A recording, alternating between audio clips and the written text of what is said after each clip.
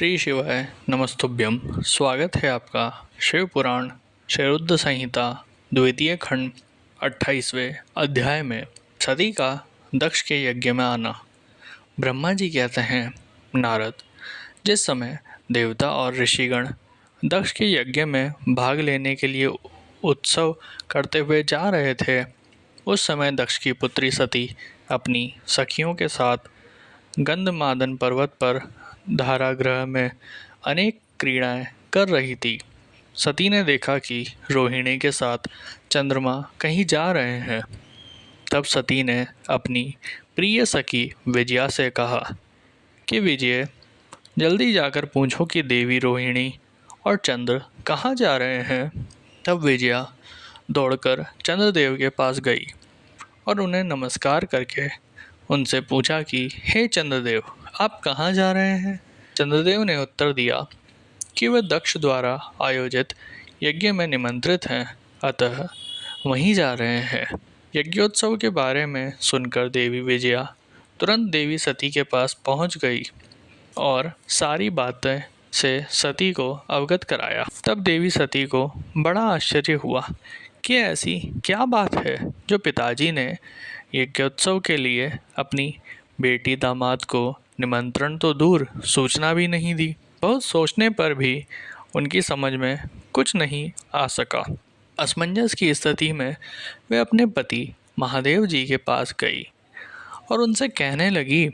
सती बोली, हे महादेव जी, मुझे ज्ञात हुआ है कि मेरे पिताजी दक्ष जी ने एक बहुत बड़े यज्ञोत्सव का आयोजन किया है, जिसमें उन्होंने सभी देवर्षियों, महर्षियों एवं देवताओं को आमंत्रित किया है। सभी देवता और ऋषिगण वहां एकत्रित हो चुके हैं। हे प्रभु, मुझे बताइए कि आप वहां क्यों नहीं जा रहे हैं। आप सभी सुहृदयों से मिलने को हमेशा आतुर रहते हैं। आप भक्त वत्सल हैं। प्रभु, ये महायज्ञ में सभी आपके भक्त पधारे हैं। आप मेरी प्रार्थना मानकर आज ही मेरे साथ मेरे पिता के उस महान यज्ञ में चलिए। सती इस प्रकार भगवान शंकर से यज्ञशाला में चलने की प्रार्थना करने लगी। सती की प्रार्थना सुनकर भगवान महेश्वर बोले, हे देवी, तुम्हारे पिता दक्ष मेरे विशेष द्रोही हो गए हैं। वे मुझसे बैर की भावना रखते हैं। इसी कारण उन्होंने मुझे आमंत्रण नहीं दिया और जो बिना बुलाए दूसरों के घर जाते हैं, वे मरण से भी अधिक अपमान पाते हैं। हे देवी, उस यज्ञ में सभी अभिमानी, मूढ़ और ज्ञान शून्य देवता और ऋषि ही हैं।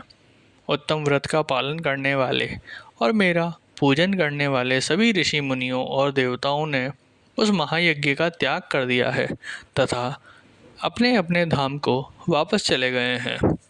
अतः प्रिय, हमारा उस यज्ञ में जाना अनुचित है। वैसे ही बिना बुलाए जाना अपना अपमान कराना है। शिवजी के इन वचनों को सुनकर देवी सती क्रुद्ध हो गई और शिवजी से बोली, हे प्रभु, आप तो सबके परमेश्वर हैं। आपके उपस्थित होने से यज्ञ सफल हो जाता है।